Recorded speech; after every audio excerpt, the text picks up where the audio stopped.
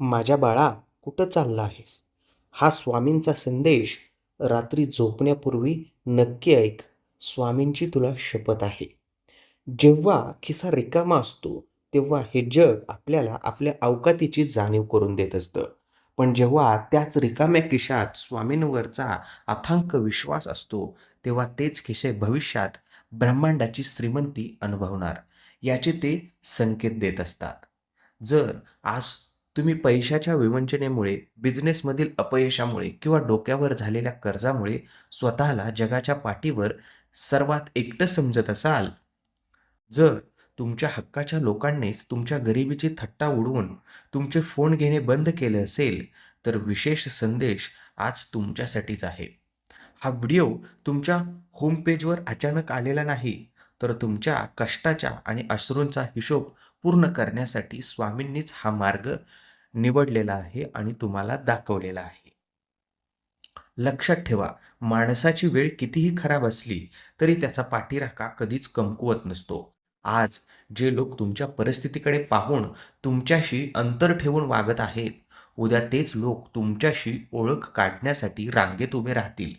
कारण वेळेचं चक्र जेव्हा फिरतं, तेव्हा राजाचा भिकारी आणि भिकाऱ्याचा राजा व्हायला वेळ लागत नाही. तुमच्या आयुष्यात सुरू असलेला हा पैशांचा संघर्ष कायमचा नाही. तुमच्या कर्माचे बंद दरवाजे उघडण्याची वेळ आता आली आहे. जर तुमच्या कष्टांवर आणि स्वामींच्या न्यायावर विश्वास असेल, तर आत्ताच कमेंटमध्ये लिही, "मला सांग, श्री स्वामी समर्थ. माझा तुमच्यावर विश्वास आहे आणि हा संदेश अगदी शांत चित्ताने मी शेवटपर्यंत ऐकतो आहे."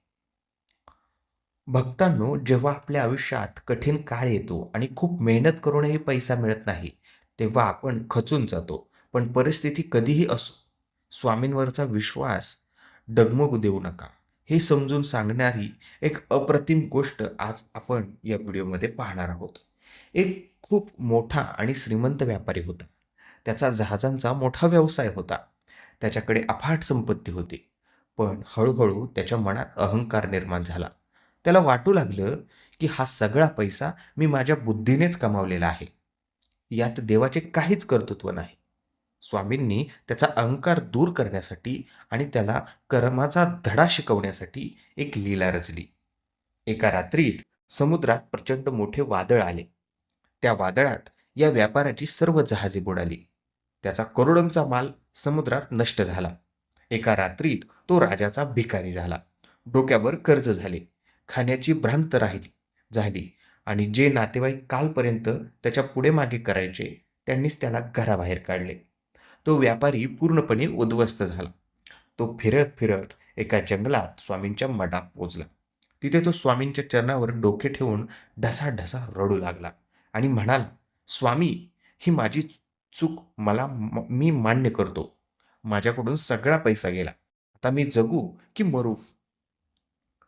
स्वामी हसले आणि त्यांनी त्याला एक लहान रिकामी गोण पिशवी दिली आणि सांगितलं, "उद्या सकाळी समुद्राच्या किनाऱ्यावर जा. तिथे तुला जे काही मिळेल ते या पिशवीत भरून आण." व्यापाऱ्याने स्वामींच्या शब्दावर विश्वास ठेवला. दुसऱ्या दिवशी सकाळी सकाळी समुद्राच्या किनाऱ्यावर गेला.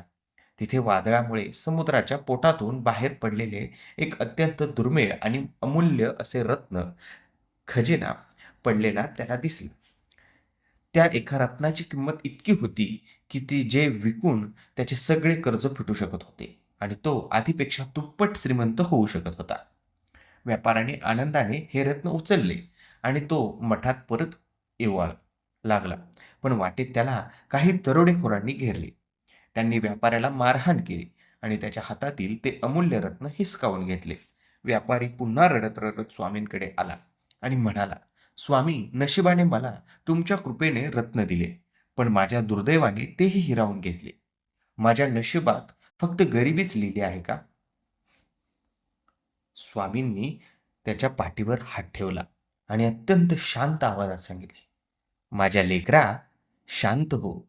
हे दरोडेखोर रत्न घेऊन गेले, पण त्यांनी तुझ्या हातातील ती गोण रिकामी पिशवी हिरावून घेतली का?" व्यापाऱ्याने पाहिले. पिशवी अजूनही त्याच्या हातात होती.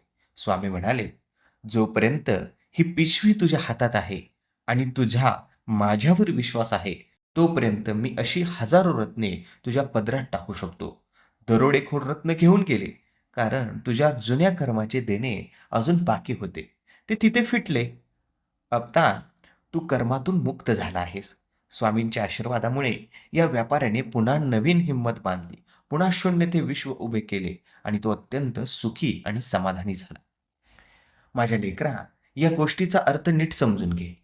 आज जर तुमच्या आयुष्यातून पैसा गेला असेल किंवा कोणी तुमचे पैसे बुडवले असतील, पण समजा तुमच्या जुन्या जन्माचे किंवा कर्माचे देणे फिटले आहे. जोपर्यंत तुमच्या मनात स्वामींविषयी भक्ती जिवंत आहे आणि कष्टाची तयारी आहे, तोपर्यंत गेलेली संपत्ती परत मिळवून देण्याची ताकद स्वामींमध्ये आहे.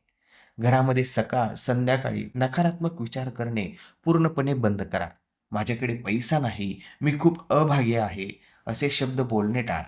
कारण तुम्ही जे बोलता तेच तुमच्या आयुष्यात घडायला लागते.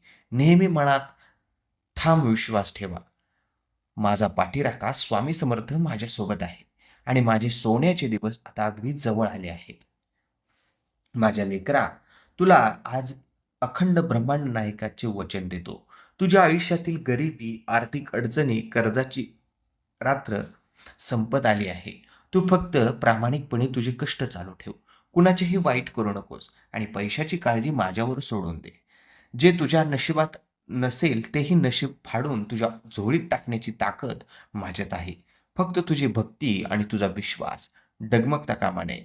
आता उठ, डोळे पुस, चेहऱ्यावर एक निडर हसू आण आणि एका नव्या आत्मविश्वासाने तुझ्या कामाला, नोकरीला किंवा व्यवसायाला सुरुवात कर.